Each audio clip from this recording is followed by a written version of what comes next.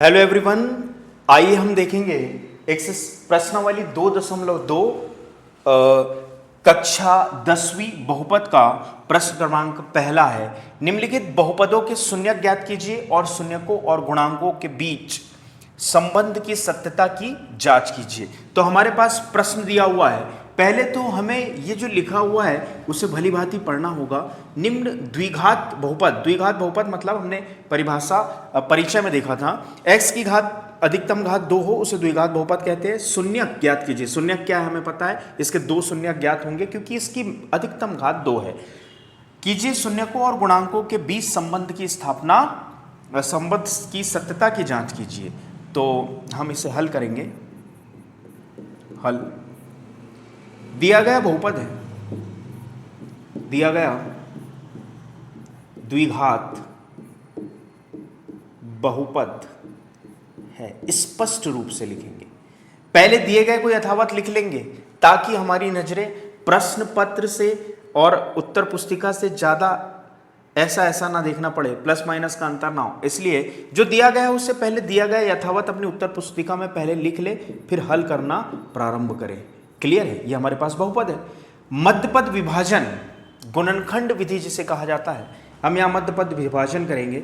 उसका तरीका क्या होता है कि आपको मध्यपद को ऐसे तोड़ना है, 2x यहां पर जो दिया है ऐसे तोड़ना है, मध्यपद को ऐसे तोड़ना है, इस प्रकार तोड़ना है, मध्यपद को इस प्रकार तोड़ना है कि जुड़े ही ना ऐसा नहीं, आपको मध्यपद को इस प्रकार तोड़ना है कि अंतिम पद क्या है 1 और अंतिम पद क्या है यहां पर ऋण का 8। 1 और ऋण का 8 गुणा करने पर कितना आ जाएगा, धन ऋण ऋण। असमान चिन्ह वाली राशियों का गुणनफल सदैव ऋणात्मक होता है, 8 एकम 8। इससे इस मध्यपद को तोड़ने पर भी 8 एकम 8 ही आना चाहिए। आइए तोड़ते हैं। x की घात 2 ऋण 4x धन 2x ऋण 8। क्लियर है? और इन टुकड़ों को गुणा करने पर यहां से ऋण 4 लिया और यहां से 2 लिया, तो धन ऋण ऋण 4 दूनी 8। इन दो टुकड़ों का गुणा अंतिम पदों के गुणे के बराबर आ जाए। समझ गए? इन दो टुकड़ों का गुणा, x को छोड़कर गुणा करना है, इन दो टुकड़ों का गुणा अंतिम पदों के गुणों के बराबर आ जाए। अच्छा, अगर हम अंतिम पदों का वैसे भी गुणा करें तो x के साथ भी बराबर आएगा और बिना x के भी साथ में आएगा। यहां से देखो 4 लिया, यहां से देखो 2 लिया, प्लस धन ऋण असमान चिन्ह वाली राशियों का गुणनफल सदैव ऋणात्मक होता है, 4 दूनी ऋण का 8। अच्छा, x को छोड़कर काम करें, यहाँ 1 है, यहाँ का ऋण 8 है, तो धन ऋण ऋण 8 एकम 8। अच्छा, ये तो बात हो गई। x के साथ लिया जाए तो यहाँ पर है 1 x की घात 2 और यहाँ पर है ऋण 8, तो क्या हो जाएगा धन ऋण ऋण 8 एकम 8 और x की घात 2 जाके चिपक गई। इसे भी हम x के साथ ले तो माइनस 4x गुणित 2x is equal to x और x की घात 2 हो गई। आधार समान है तो घातें जुड़ जाएंगी, धन का ऋण के साथ गुणा ऋण आ जाएगा और 4 दूनी 8। चाहे आप x के साथ गुणा करें, ध्यान से सुने, चाहे इन दोनों पदों का x के साथ गुणा करे, चाहे बिना x के साथ करे, अंतिम पदों के अंतिम पदों के गुणे के बराबर इन दो पदों का गुणनफल आना चाहिए। ऐसे मध्यपद को तोड़ना है। क्लियर है? चाहे x के साथ ले ले, चाहे बिना x के ले ले, बात आपके समझ में आ गई होगी। और जिसे तोड़ा है उसे पुनः जोड़ने या घटाने पर मध्यपद ही वापस आ जाना चाहिए। माइनस के 4x में से धन का 2x गया तो ऋण का 2x ही बचा, क्योंकि 4x में से 2x गया, 2x बचेगा और बड़ी क्वांटिटी का साइन आएगा, बड़ी राशि का साइन आएगा। ये बात समझ में आ गई आपके? ठीक है, आई होप आपको समझ में आ गया होगा। बार बार क्वेश्चन करने से समझ में और भी आ जाएगा। शून्यक निकालने का तरीका है गुणनखंड विधि से। अगली बात आती है कि हम यहां से उभयनिष्ठ ले, दोनों पदों में से क्या ले, उभयनिष्ठ ले। तो यहां पर हमने देखा कि उभयनिष्ठ क्या आ सकता है, केवल x ही आ सकता है, तो यहां से क्या बचा x ऋण 4। ठीक है, यहां से देखा 2 आ सकता है क्योंकि इसमें भी 2 शामिल है, इसमें भी 2 शामिल है, तो यहां से क्या बचा x ऋण 4। वापिस गुणा करके देखे, x का x के साथ गुणा किया तो x की घात 2। ठीक है, धन ऋण ऋण का चिन्ह असमान चिन्ह वाली राशियों का गुणनफल हमेशा ऋणात्मक होता है। धन ऋण ऋण का चिन्ह 4x जाके चिपक गए, धन धन धन का चिन्ह 2 और x जाके चिपक गए, धन ऋण ऋण का चिन्ह 4 दूनी 8, ये वाली स्टेप वापस आ जाएगी। अब x ऋण 4 में से x ऋण 4 दोनों में है, उभयनिष्ठ लिया x ऋण 4, तो हमारे पास क्या बचा यहाँ से x धन 2 बराबरी से कितना x धन 2। क्लियर है? ठीक है, x ऋण 4 दोनों में से उभयनिष्ठ लिया तो क्या बचा x धन 2। तो एक बार हमें x ऋण 4 यहां देखते हैं, एक बार हमें x ऋण 4 बराबरी से शून्य लेना है और एक बार x धन 2 बराबरी से शून्य लेना है। क्लियर है? तो यहां से वैल्यू आ गई x बराबरी से 4, धन ऋण का 4 उस साइड उस पक्ष में जाके धन का 4 हो गया, ऋण का 4 उस पक्ष में जाके धन का 4 हो गया, x बराबरी से 4 अर्थात अल्फा बराबरी से 4, ये प्रथम शून्यक है। क्लियर है? अच्छा, दूसरा x बराबरी से ऋण 2, धन का 2 उधर जाके ऋण का 2, बीटा बराबरी से कितना आ गया ऋण का 2, ये द्वितीय शून्यक है। इस प्रकार हम इस द्विघात बहुपद के मध्यपद को तोड़ने पर अल्फा और बीटा प्रथम शून्यक, ये हमारे पास प्रथम शून्यक और ये हमारे पास द्वितीय शून्यक ज्ञात हो गया।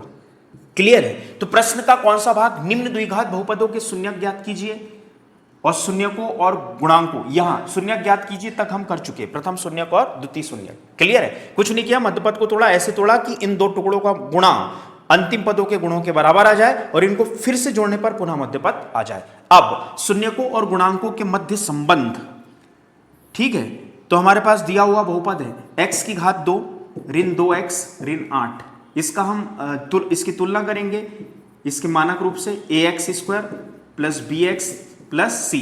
तो एक के स्थान पर हमारे पास 1 है, कुछ नहीं मतलब क्या है 1 है, a के स्थान पर हमारे पास 1 है, b के स्थान पर हमारे पास ऋण का 2 है और c के स्थान पर हमारे पास ऋण का 8 है। क्लियर है? a के स्थान पर हमारे पास 1 है, b के स्थान पर ऋण का 2 है और c के स्थान पर ऋण का 8 है। क्लियर है? अब सूत्र होता है अल्फा धन बीटा बराबरी से माइनस बी अपॉन ए।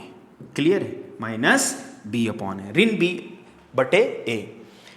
शून्यकों का योगफल बराबरी से माइनस एक्स का गुणांक बटे एक्स स्क्वायर का गुणांक। तो एक्स का गुणांक क्या है ऋण में बी और बटे एक्स स्क्वायर का गुणांक क्या है ए।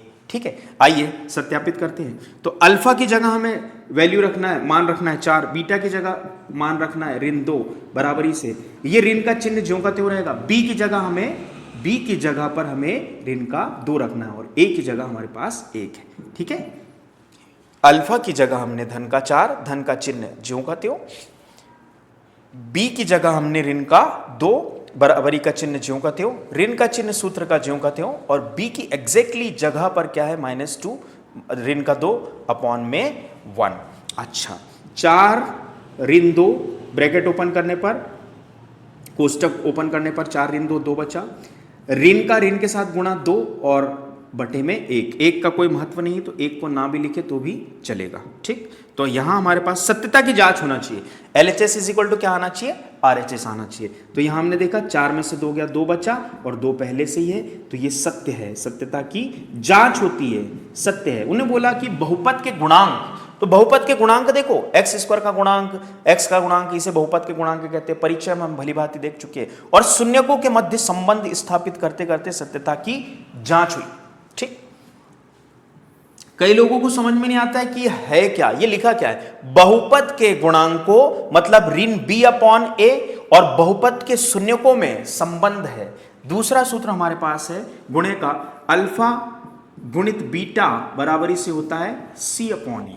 अल्फा गुणित बीटा बराबरी से क्या होता है, सी अपॉन ए। क्लियर है, अल्फा गुणित बीटा बराबरी से सी अपॉन ए। तो अल्फा की जगह हमने मान रखा, अल्फा की जगह मान रखा 4 गुणित बीटा की जगह मान रखा हमने कितना, ऋण का 2 बराबरी से, सी की जगह मान रखा हमने ऋण का 8 और ए की जगह मान रखा हमने 1।